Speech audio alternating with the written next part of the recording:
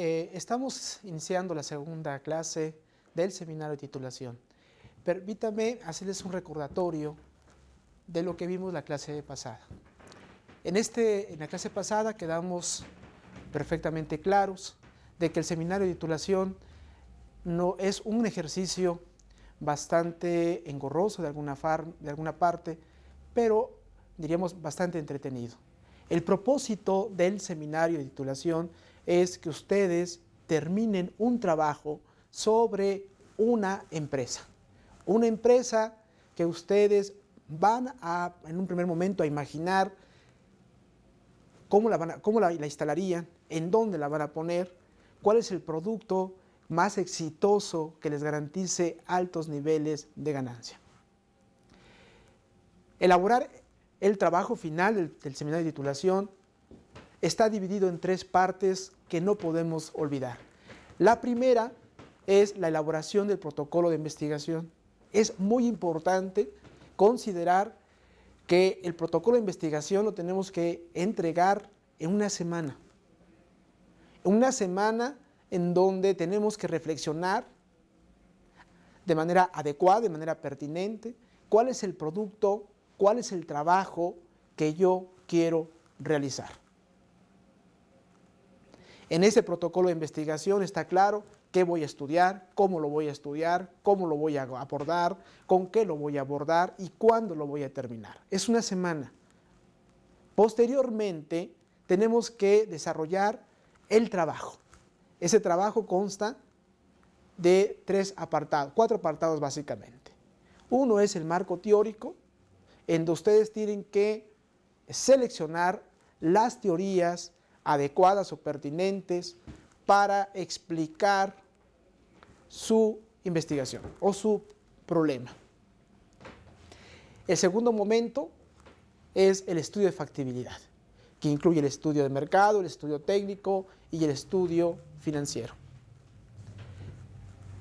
El tercer apartado que ustedes tienen que entregar es las estrategias empresariales.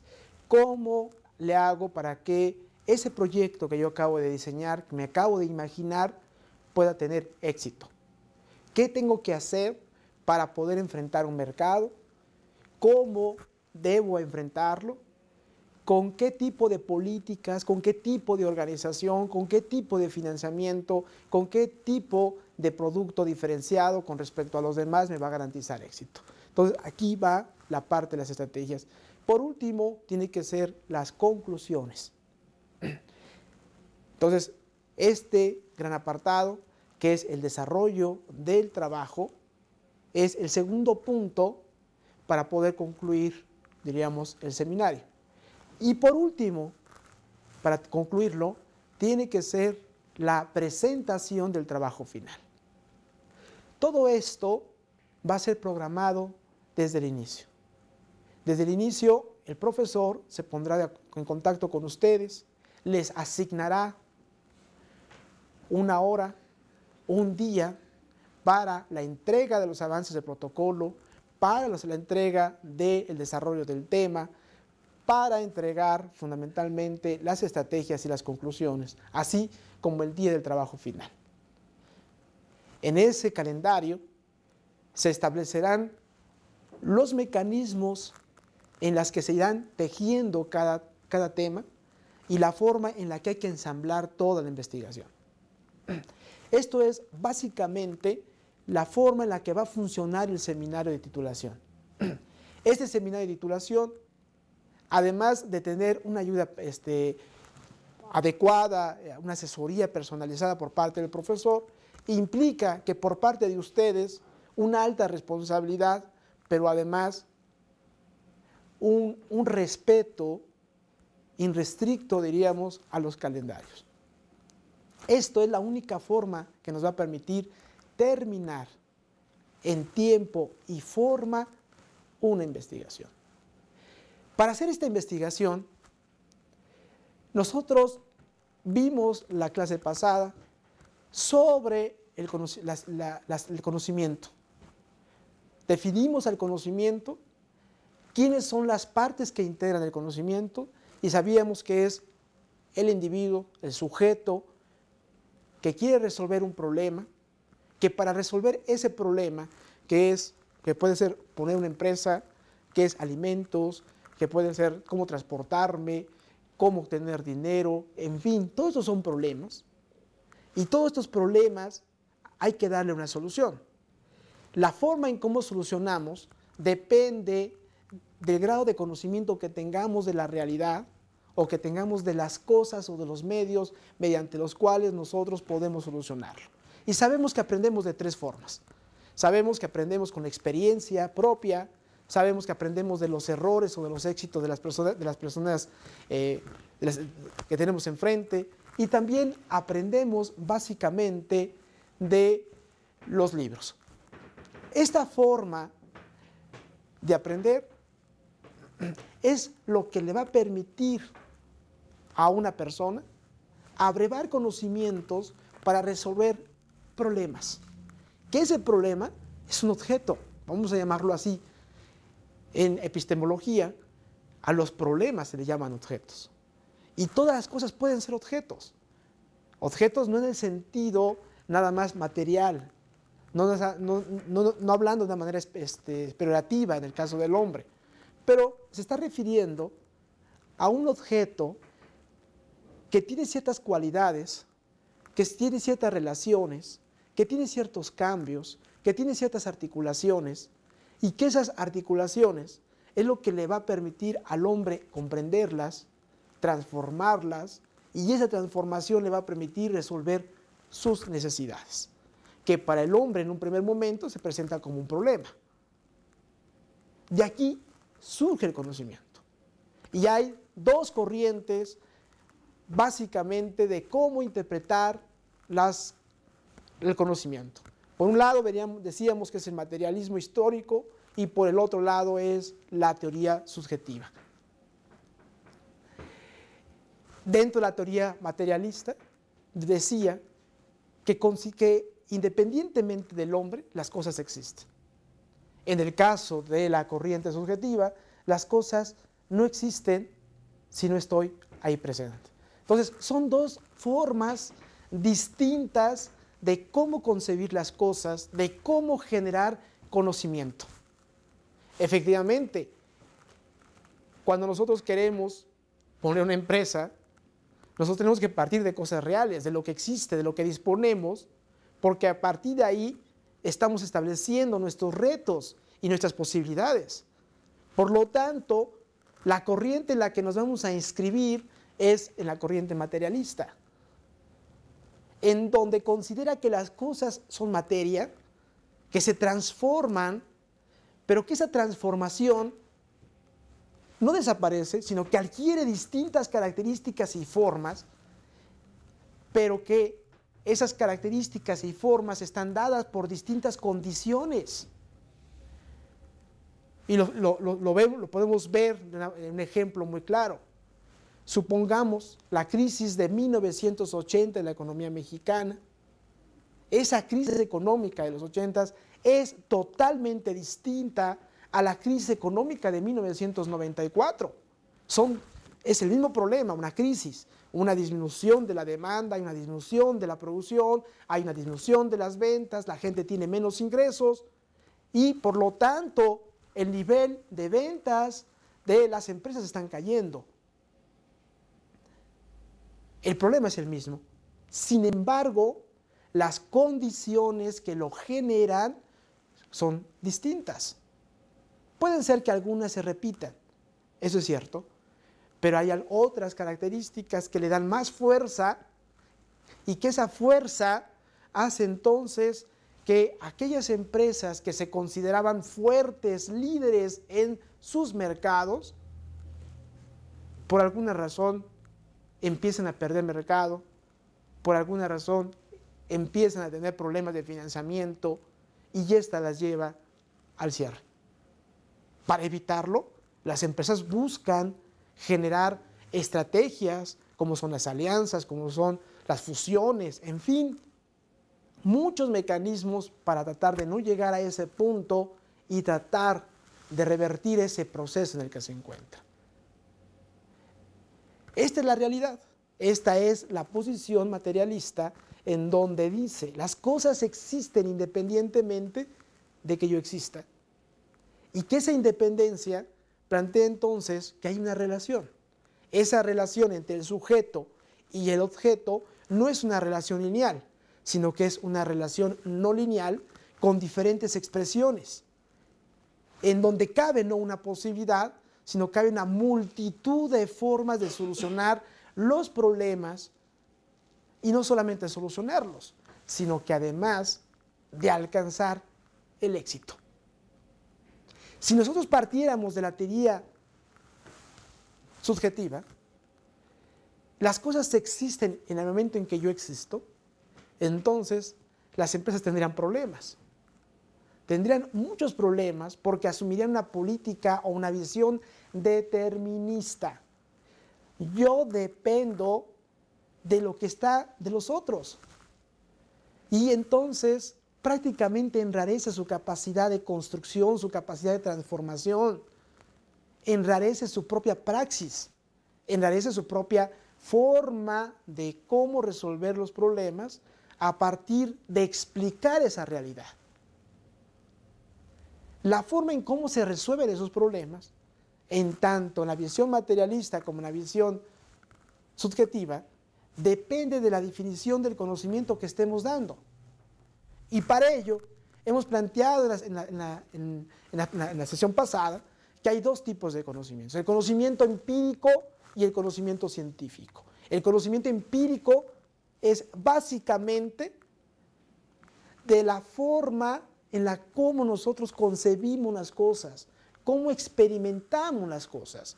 Y el conocimiento científico es más allá de lo que nosotros vemos, sino que es profundizar en cada cosa, en cada elemento, en cada factor que puedan coadyuvar a modificar el comportamiento de una empresa, de un inversionista, o que puedan enrarecer las oportunidades de inversión.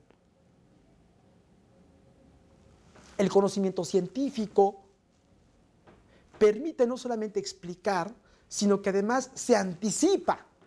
Y cuando se anticipa, significa que puede prever. Él puede prever cómo se va a comportar la economía, cómo debe de comportarse una empresa, qué debe de hacer una empresa para poder permanecer en el mercado, y que además identificar quiénes son los posibles competidores que van a entrar al mercado y que la pueden sacar del mercado.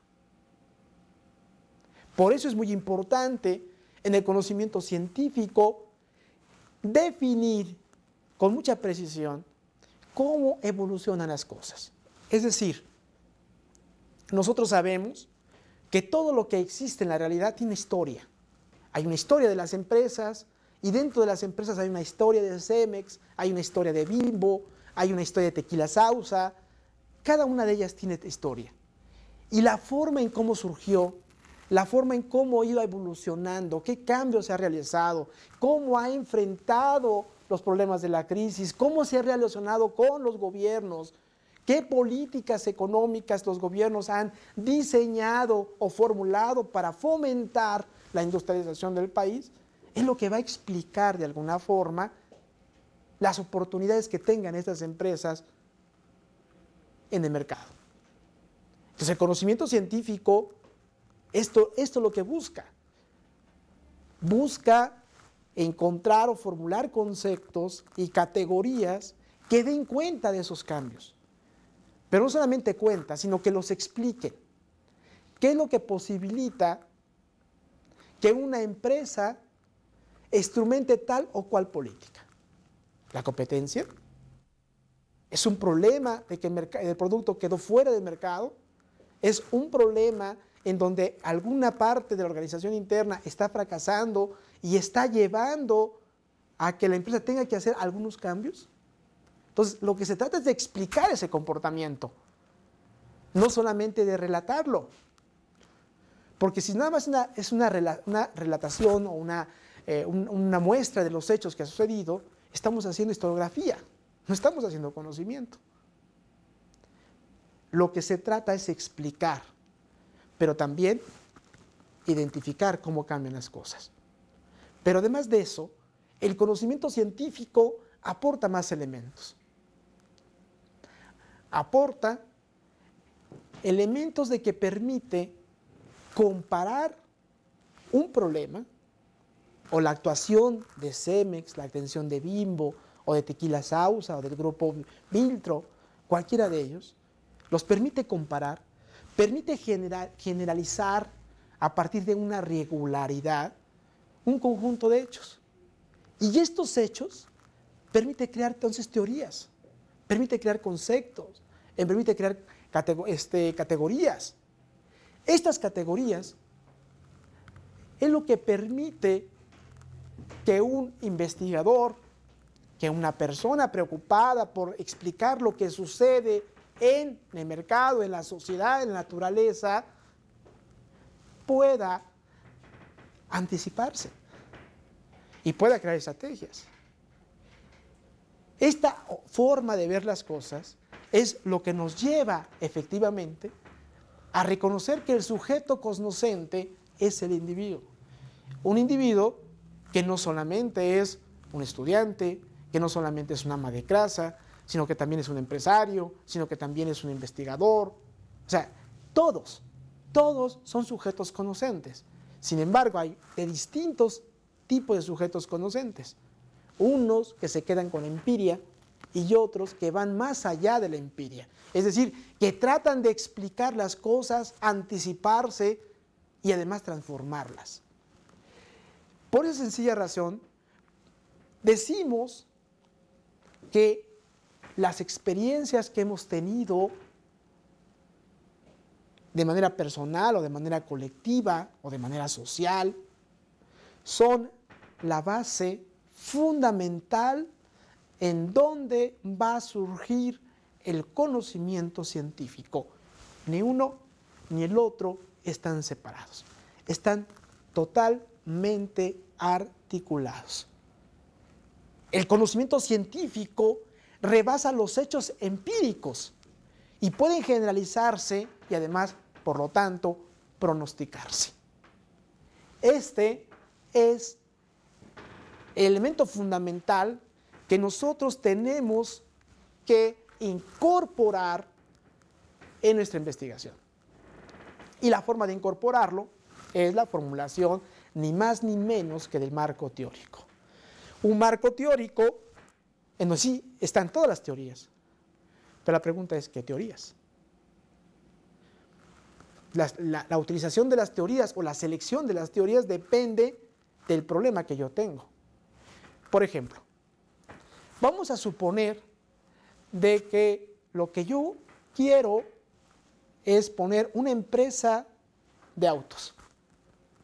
¿Quiénes son mis contrincantes? Inmediatamente pienso en Ford, en Chrysler, en Volkswagen. En ellos pienso.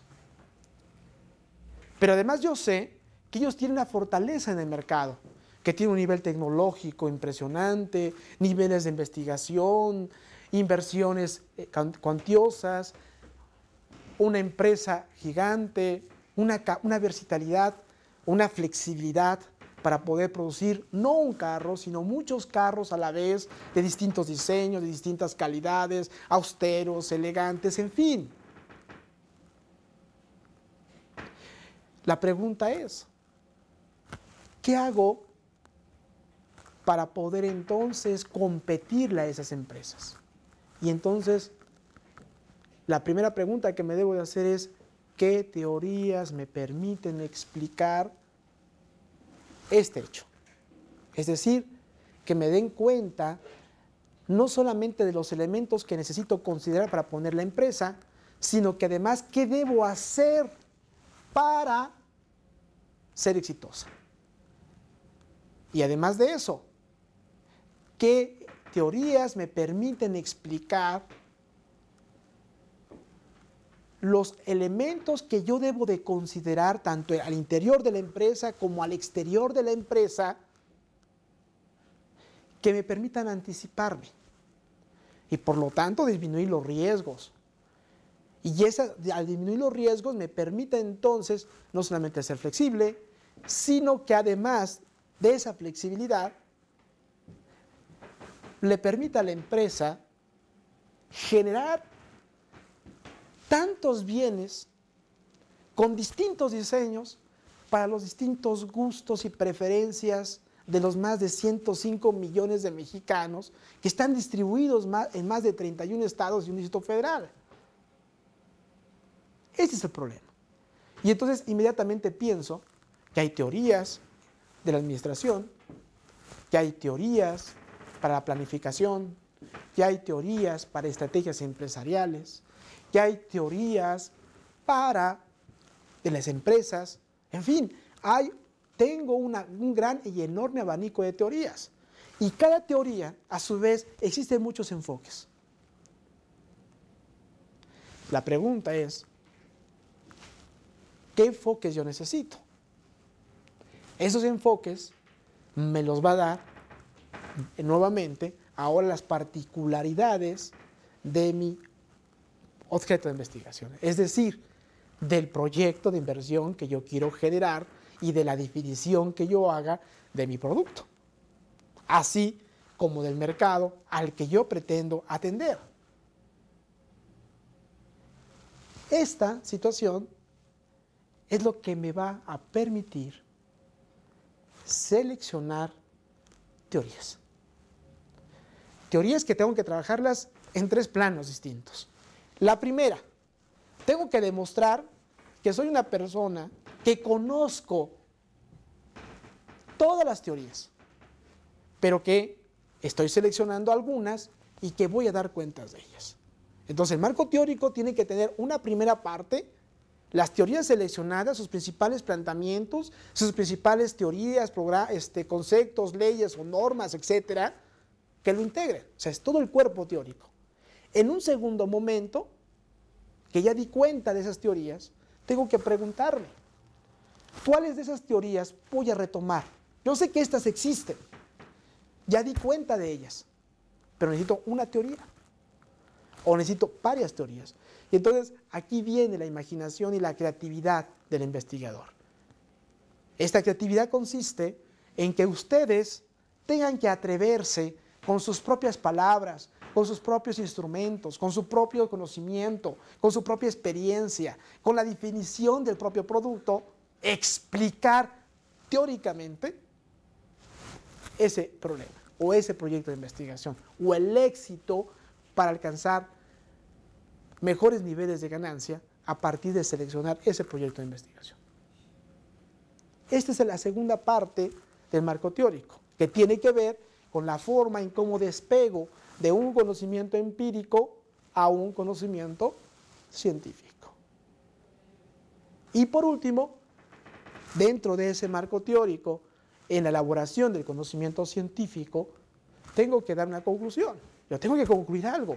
Tengo que decir, seleccioné esa teoría porque esa teoría me parecía lo mejor que las otras. Y tengo que explicar por qué es mejor y en qué sentido es mejor. Siendo muy cuidadoso en los conceptos, en las categorías, en las leyes, en los axiomas, siendo muy consecuente, ¿no?, en la forma en cómo explica la teoría las cosas. Aquí lo que encontramos es un planteamiento teórico. Y este planteamiento teórico es una construcción que nosotros tenemos que hacer para explicar las cosas. Por eso decimos que el conocimiento científico resiste la confrontación con la realidad y descarta explicaciones metafísicas y utiliza fuentes de primera mano.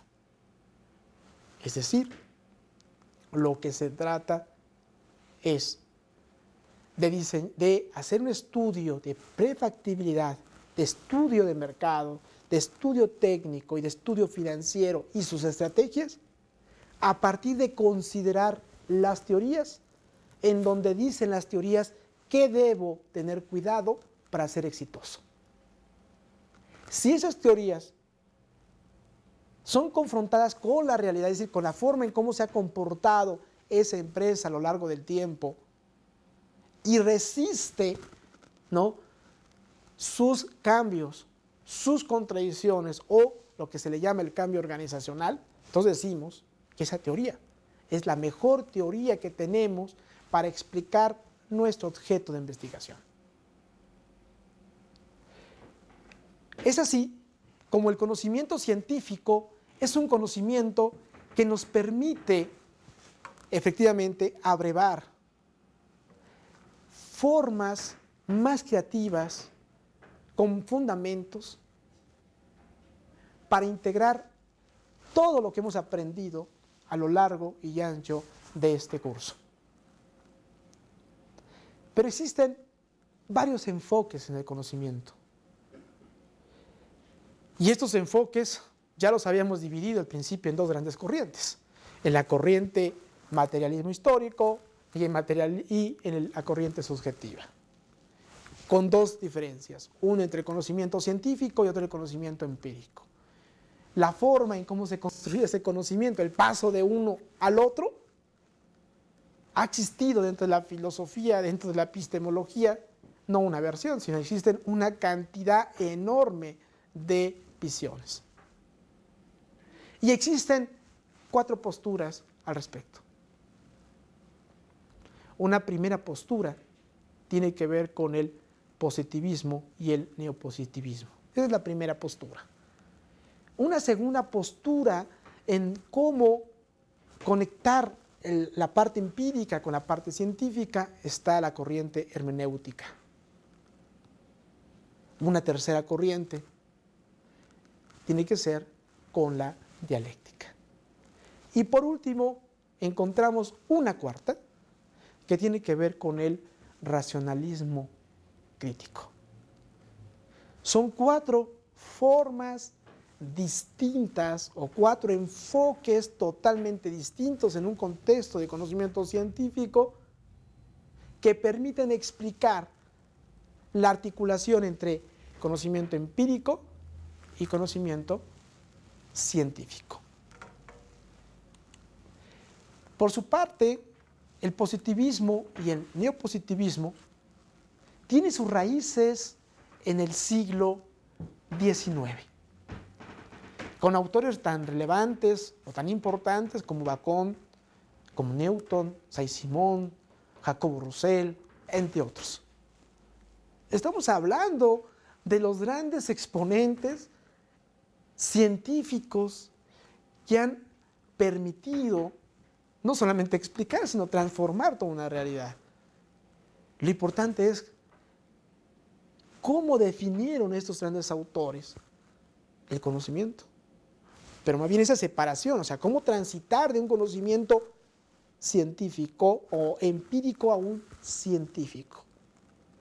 ¿Cómo hacer para que ese conocimiento que yo estoy generando a través de conceptos, a través de palabras, a través de enunciados, en donde existen verbos, existen predicados, me permita realmente dar cuenta de los hechos, pronosticar los hechos y de alguna forma utilizar estrategias para anticiparme a las contradicciones o los posibles problemas que yo pudiese tener. Esta corriente parte de un principio fundamental. Para ellos no existe conocimiento que no provenga de la percepción. Podemos estar de acuerdo en un primer momento, es cierto. Todo conocimiento parte de la forma en cómo tocamos, cómo leemos, cómo percibimos las cosas. Porque esa forma de percibir las cosas es lo que nos permite a nosotros definirlas. Y no solamente definirlas, sino acotar cuáles van a ser las funciones de las cosas. Y que además de sus funciones nos permite explicar de qué están hechas las cosas. Y en el momento en que sabemos de qué están hechas las cosas, nosotros tenemos ya ganado gran parte de la solución de un problema. ¿Por qué?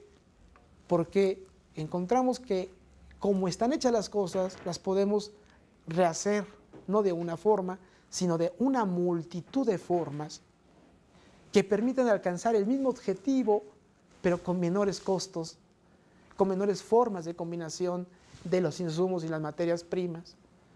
En fin, incluso con estrategias empresariales distintas.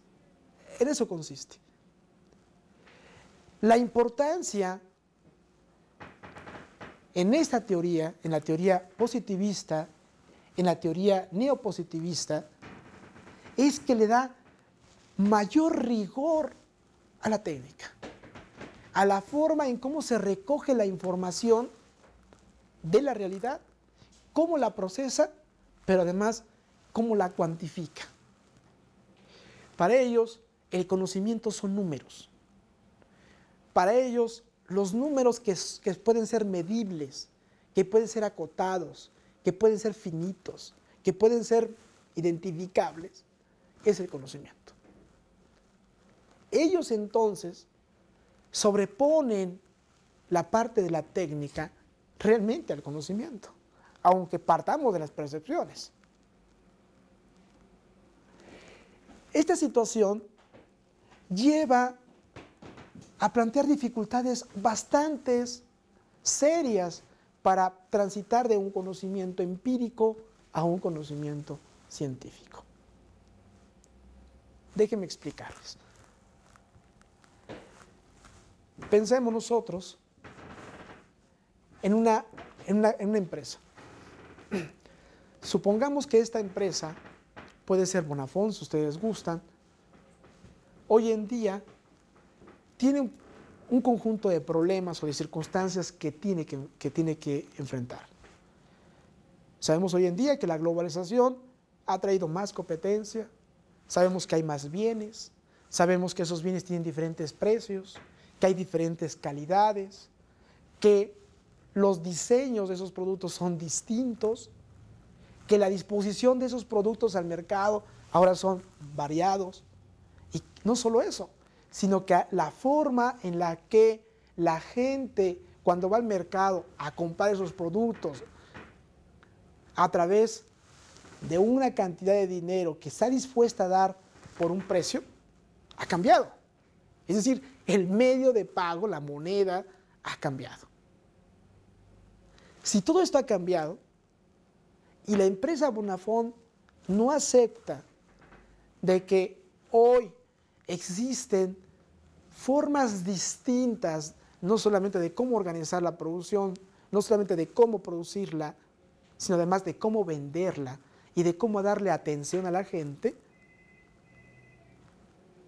el no aceptarla significaría que la empresa va a estar en el corto y mediano plazo fuera de mercado.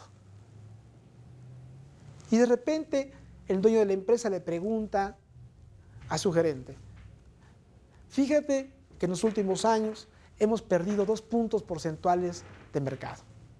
¿Qué hacemos? ¿Cómo resolvemos el problema? No podemos seguir admitiendo que las ventas caigan, porque las utilidades van a seguir cayendo y vamos a perder puntos de mercado que van a ser imposibles recuperar en el corto plazo. ¿Qué hacemos?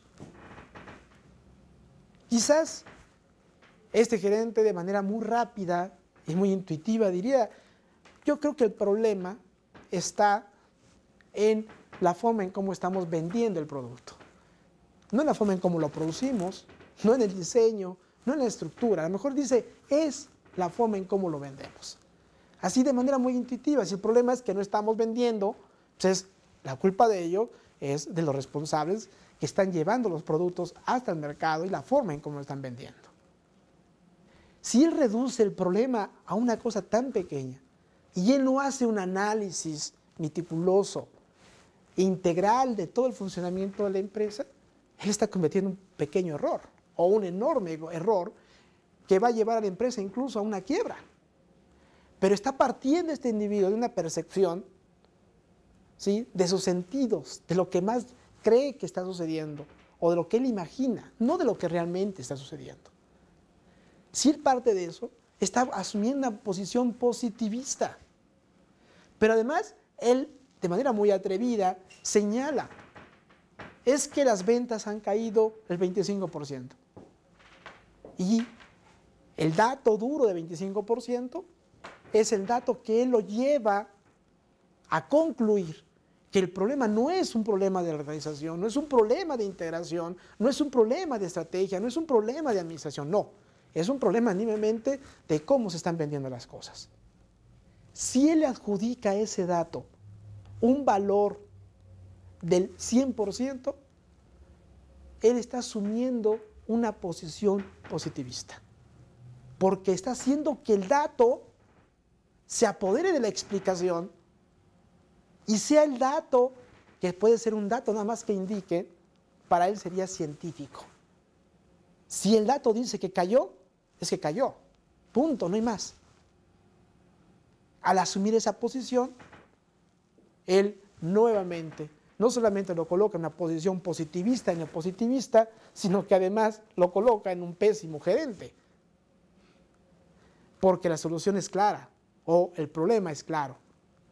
La empresa va a empezar a perder cada vez más nichos de mercado porque no hubo un análisis serio, integrado, de todas las posibilidades o factores que estén incidiendo en esa pérdida de mercado. Cuando nosotros hagamos nuestra investigación, nosotros tenemos que ser muy cuidadosos cuando definimos nuestro producto, cuando definimos el tamaño de la empresa, cuando definimos el tipo de mercado que vamos a atender, porque a partir de ahí podemos asumir una posición positivista. Para desprendernos de ese positivismo, tenemos que aceptar una realidad contundente, que una empresa está influida por dos factores, o por dos grandes ambientes: el ambiente interno y el ambiente externo. En el ambiente interno, nosotros podemos encontrar a todos aquellos factores que la empresa sí puede controlar. Sí puede controlar las ventas, sí puede controlar el contrato de materias primas, de mano de obra, puede decidir la inversión, puede decidir la calidad, puede decidir los precios. Pero la forma en cómo resuelve esos problemas causa una sinergia, y una sinergia que está dada por un conjunto de relaciones y de procesos que, si no los cuidamos de manera sistémica, resultarían en serios problemas para la empresa. De ahí ustedes, si recuerdan sus clases de administración, la administración hablaba de diferentes tipos de administración, por objetivos, es una de ellas, ¿no? Esta situación plantea varias dificultades. Una de estas dificultades es que cuando nosotros elaboremos el desarrollo del tema a partir de definirlo, tenemos que estar abiertos no a una, sino a una multitud de factores que pueden incidir, producto de la dinámica interna, a que la empresa pueda ser exitosa o pueda ser un fracaso. Porque además de eso, encontramos el otro ámbito que decíamos, que es el ámbito externo. En el ámbito externo la podemos subdimensionar. Por un lado tenemos la economía nacional, por el otro lado tenemos la economía internacional. En la economía nacional tenemos un tipo de competencia, tenemos un tipo de mercado, tenemos un tipo de tecnología, tenemos un tipo de normatividades que permiten definir cuál va a ser el comportamiento de la empresa.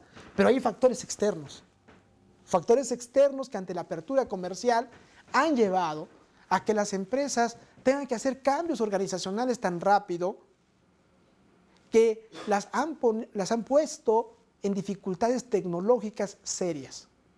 Es decir, una tecnología que a lo mejor era altamente moderna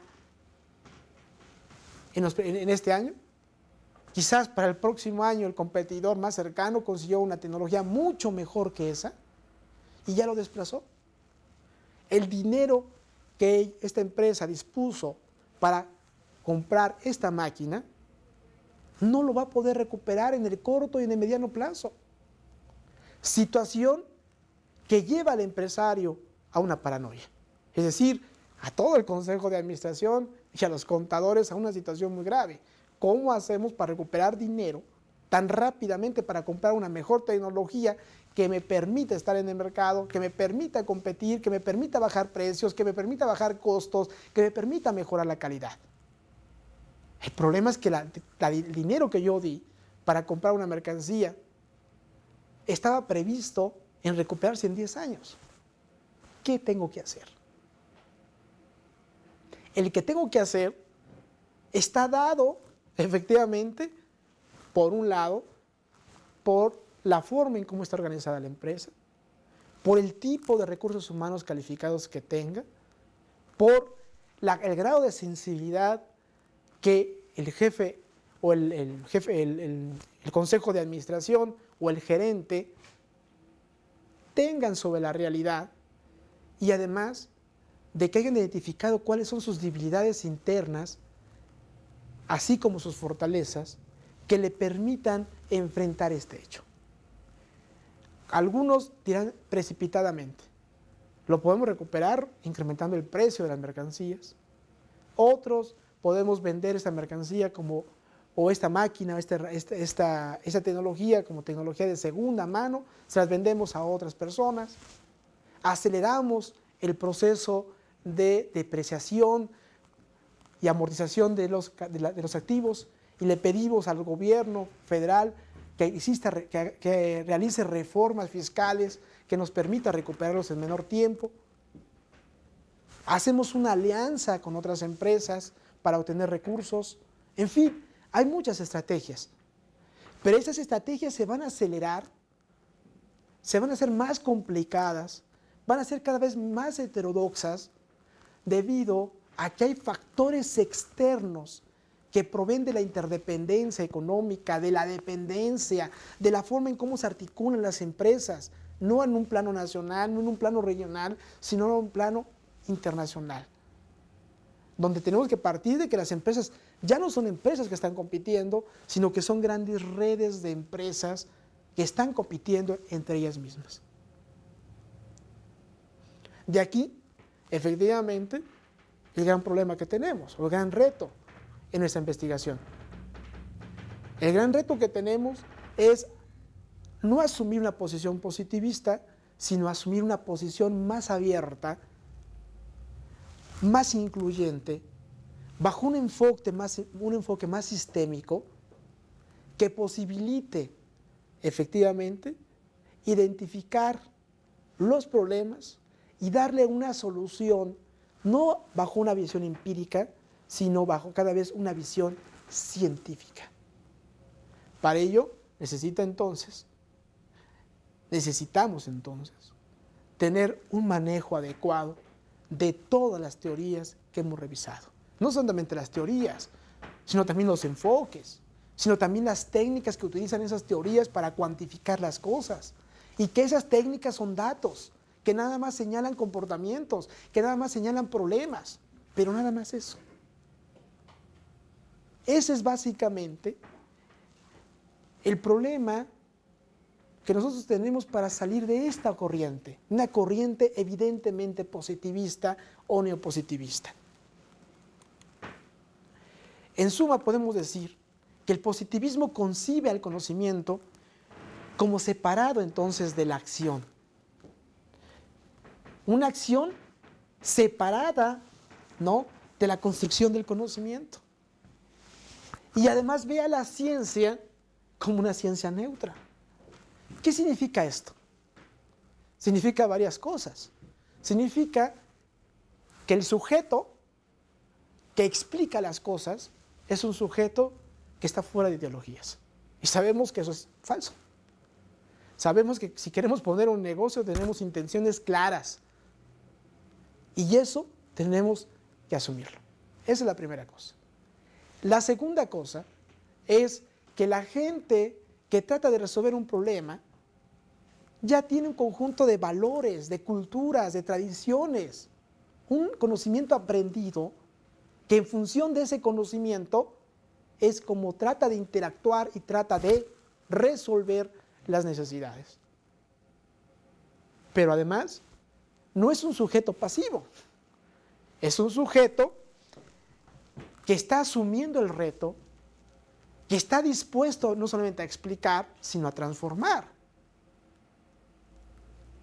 Por esa sencilla razón, el positivismo no puede ser, al igual que la otra corriente subjetiva, la base filosófica y epistemológica de nuestra investigación. No nos sirve. No nos sirve porque queremos un empresario activo, porque estamos pensando que ese empresario activo es un hombre curioso, un hombre que se atreve, un hombre que va más allá de las redes establecidas o de lo establecido y que es capaz de transformar. Ese hombre es un hombre seductor. En el caso de la visión neopositivista, el investigador es un investigador pasivo, ausente, neutro, que separa el conocimiento de lo empírico y de lo científico, y que le da más fuerza a la parte técnica. Se queda con los números, ¿no? Como si fueran los números el elemento fundamental para poder sustituir todo el conocimiento científico que desde el siglo XVIII hasta la actualidad se ha venido generando. Por lo tanto, bajo la visión neopositivista, el científico no es un ser humano. Puede ser lo que quieran, pero menos ser humano. Porque entonces no es ser humano porque no explica, no es ser humano porque no transforma. Y ese ser humano, ese individuo, ese sujeto, ese seductor, no es, desde el punto de vista del neopositivismo, el que tiene que explicar el conocimiento. Pero han existido otros enfoques distintos al positivismo que han tratado de explicar o salir de ese escollo que teníamos cuando surge en el siglo XVIII este planteamiento. Y el tercer enfoque es la hermenéutica, un segundo enfoque. Surge en forma muy difusa, con autores historicistas en Alemania. Particularmente Weber, o Max Weber, es uno de los grandes exponentes de esa teoría.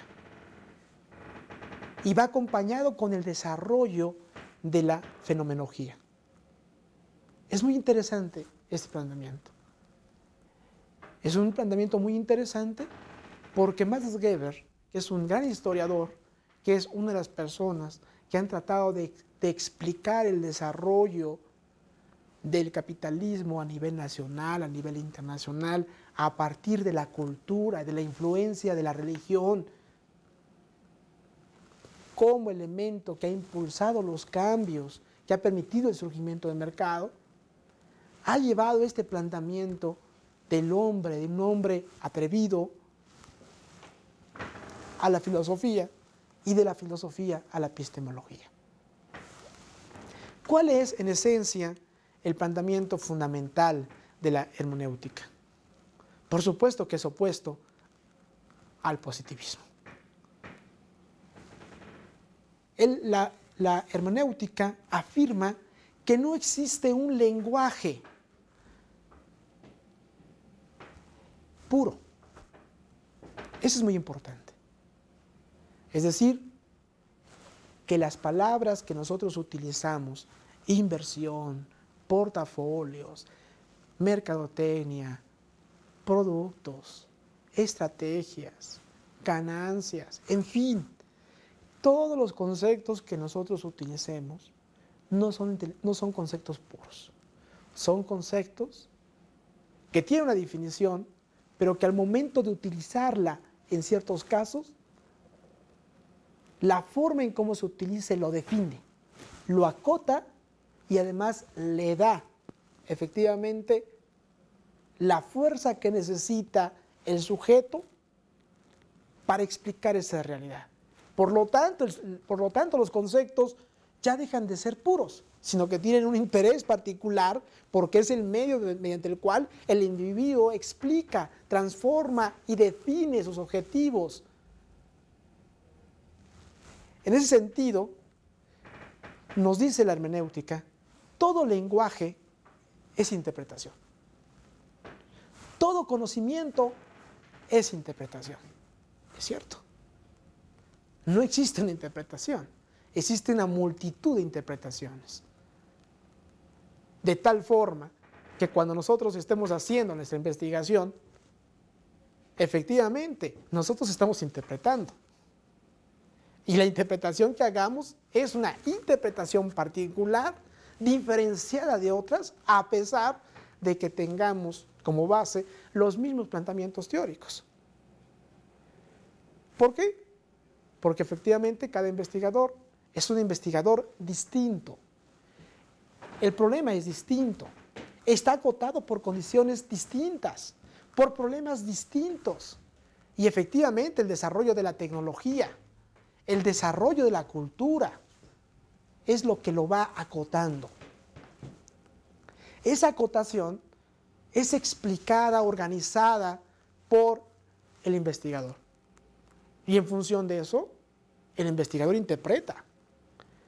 Pero al interpretar, al decir las cosas son así o de tal forma, se van a comportar mañana o pasado de esta forma, lo único que está haciendo es colocarle una noción de realidad, dándole una intención de interés, que puede ser individual o que puede ser social, pero que a fin de cuentas expresa un grado de cultura y que expresa, quieras o no, una noción de realidad de acuerdo al estatus social. Si esto es así, nosotros podemos considerar entonces que entre los empresarios hay diferentes tipos de miras. Me explico. Vamos a partir de un empresario pequeño empresario. Un empresario que tiene una empresa muy pequeña, que contrata trabajadores que básicamente son su familia, sus tíos, sus primos, sus hijos, sus hermanos, son ellos mismos. Y que además, vamos a suponer que este empresario solamente tiene hasta una formación hasta el 4º año de primaria. Supongamos esto. Y hay otros empresarios distintos que su formación es mayor en términos de educación, tienen nivel superior, quizás una licenciatura, quizás una maestría, quizás un doctorado. Y en esa relación de quién es el empresario pequeño y quién es el empresario grande, existe un abismo y que está dada por su formación. Esa formación que tiene es lo que le va de alguna forma a definir cuáles son sus expectativas. Si está pensando en grande o está pensando en pequeño. Y además está definiendo las formas en cómo lo va a hacer. Y ustedes saben que en la medida en que una persona tenga menos conocimiento, implica que hay menos acceso a la información, hay menos capacidad de interpretación y que hay menos capacidad de integrar en distintos planos diferentes diagnósticos que permitan ver el problema de una manera sistémica. En ese sentido, encontramos efectivamente que la interpretación que va a hacer el empresario pequeño de la situación económica del país quizás va a ser mucho más dramática que la de un empresario grande. ¿Por qué? Porque está dada por las posibilidades o el abanico de posibilidades que tiene uno y otro para enfrentar sus problemas. Y ese abanico se cierra o se abre de acuerdo a la información, de acuerdo al conocimiento, de acuerdo a las relaciones. En ese sentido, nosotros lo que vemos que un pequeño empresario o microempresario lo que está pensando básicamente es poner un negocio, vivir de ese negocio y de alguna forma estar atendiendo al mercado interno. No está pensando a veces ni crecer, sino simplemente sobrevivir. Mientras que un empresario grande no solamente está pensando en cómo se va a consolidar, no solamente cómo se va a emplear, sino que además cómo le va a hacer para salir de un producto o de una rama o de un sector a otro. Y que además está pensando en los ámbitos, está pensando no en no vender solamente a nivel local, sino que está pensando en lo regional, sino que está pensando en lo nacional, sino que está pensando en lo internacional. La forma en cómo se interprete, cómo se resuelvan los problemas, tiene que ver efectivamente con una interpretación. La hermenéutica nos está diciendo entonces, en ese sentido, ¿sí?, que a diferencia del positivismo, hay formas distintas de cómo interpretar una realidad. Esa forma de cómo interpretamos una realidad parte básicamente parte del grado de educación que tenga la persona, de la información, de su sensibilidad, de sus experiencias, de sus relaciones, del tamaño de ingresos, parte fundamentalmente de su conocimiento.